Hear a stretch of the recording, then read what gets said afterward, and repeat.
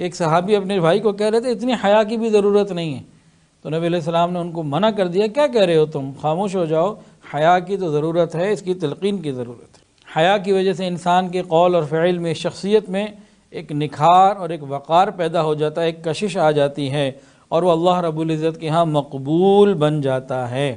حضرت موسیٰ علیہ السلام جب مدین پہنچے اور وہ 2 لڑکیاں تھیں، ان کو پانی وغیرہ پلایا، جانوروں کو جو معاملہ تھا ان کا پورا ہو گیا، اب یہ ایک بیٹھے ہوئے ایک جگہ پہ، تو ان دونوں میں سے ایک آئی حیا کی چال چلتے ہوئے، فجاءت احداہما تمشی علی استحیاء۔ غور کرنے کی بات ہے کہ جب اللہ رب العزت کو کسی باحیا کی رفتار اور گفتار اتنی پسند ہو کہ اپنے قرآن میں اس کا ذکر کریں، تو پاک دامن لوگوں کا کردار اللہ کے ہاں کتنا پسندیدہ ہو۔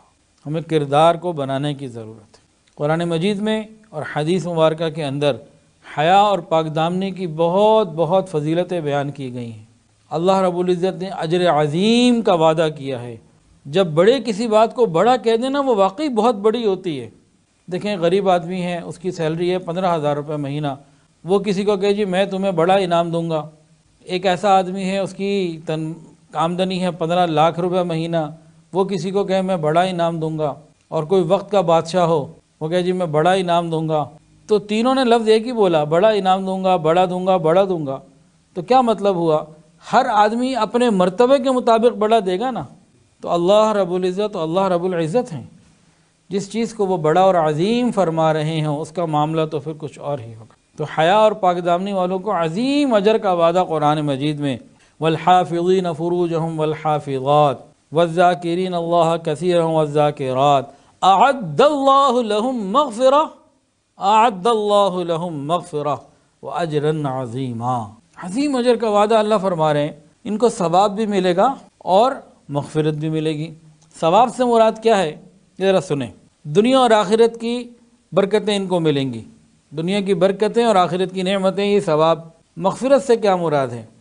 بہت ہی عجیب نقطہ لکھا ہے، فرمایا کہ پاک دامن بندے کی مغفرت کا معاملہ ایسے ہوگا کہ اس کی پاک دامنی کی صفت کی وجہ سے اللہ باقی دوسرے گناہوں سے چشم پوشی فرما لیں گے اور اس کو معاف کر دیں گے۔ اس کی سادہ سی مثال یوں بھی لی جا سکتی ہے کہ کسی اسکول میں، کالج میں، مدرسے میں کوئی اسٹوڈنٹ ہو جو بہت لائق فائق ہو، پڑھائی میں بہت اچھا ہو، تو پڑھائی میں اچھا ہونے کی وجہ سے پتہ کیا ہوتا ہے؟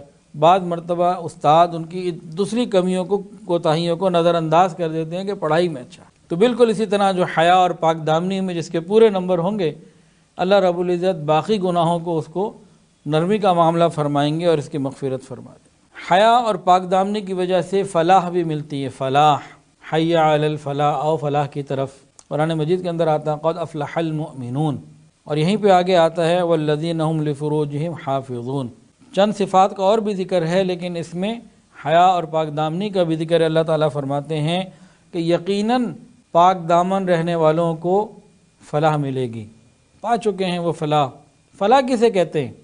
فلاح عربی زبان کا لفظ ہے، اور یہ فلاح کامل پاک دامن لوگوں کو ہی ملا کرتی ہے۔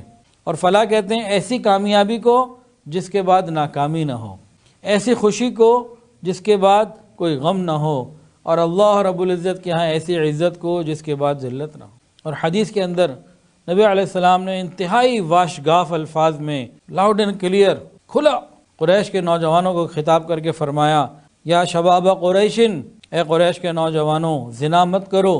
اور آگے فرمایا جو اپنی شرمگاہ کو محفوظ رکھے گا فلاح الجنہ، اس کے لیے جنت ہے، جو اپنی شرمگاہوں کی حفاظت کرے گا۔ تھوڑی محنت اور اجر زیادہ۔ تھوڑی محنت سے کیا مراد ہے؟ کہ جو اندر طوفان اٹھتے ہیں نا، شہوت کے اور بے حیائی کے اور اس طرح کی سوچوں کے، اس پہ انسان اگر تھوڑا سا قابو پا لے، 10 20 50 سال کی بات ہے، پھر چیزیں ٹھنڈی پڑی جاتی ہیں، لیکن آخرت کی ہمیشہ ہمیشہ کی کامیابی۔ اور یہاں اگر اس نے اپنے ان اٹھتے ہوئے طوفانوں پہ قابو نہ پایا، تو پھر قیامت کے دن جہنم میں لاکھوں سال جلنا پڑے، کروڑوں جلنا پڑے، اربوں جلنا پڑے، کوئی پتہ نہیں۔ تو محنت تھوڑی اور اجر زیادہ۔ نثار فتحی فرماتے ہیں نور میں ہو یا نار میں رہنا، نور میں ہو یا نار میں رہنا، ہر جگہ ذکر یار میں رہنا۔ چند جھونکے خزاں کے بس سہ لو، چند جھونکے خزاں کے بس سہ لو، پھر ہمیشہ بہار میں رہنا۔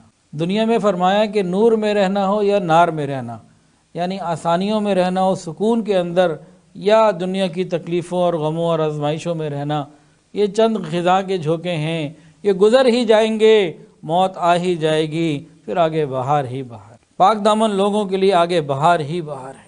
اللہ تعالی ہم سب کو حیا اور پاک دامنی والی زندگی عطا فرمائے، اور اسی حیا اور پاک دامنی پر موت بھی عطا فرمائے۔ پاک دامن لوگوں کا دنیا میں بھی اکرام ہے اور قیامت کے دن بھی ان کا اکرام۔ اور یہ پاک دامنی اسلام کی بنیادی تعلیمات کا حصہ ہے، اسلام کی بنیادی بیسکس تعلیمات کا حصہ ہے۔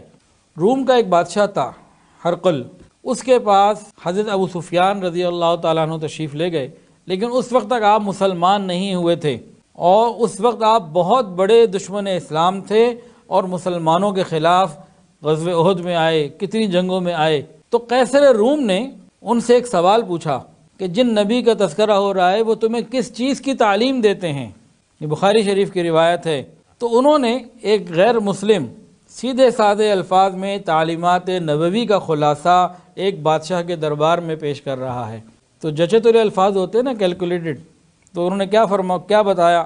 یأمرنا بالصلاۃ والصدق والعفاف والصلہ، 4 باتیں بتائیں کہ وہ ہمیں نماز کی، سچائی کی، پاک دامنی کی اور صلہ رحمی کی تعلیم دیتے ہیں۔ گویا کہ پاک دامنی اسلام کی بنیادی تعلیمات میں سے ہے۔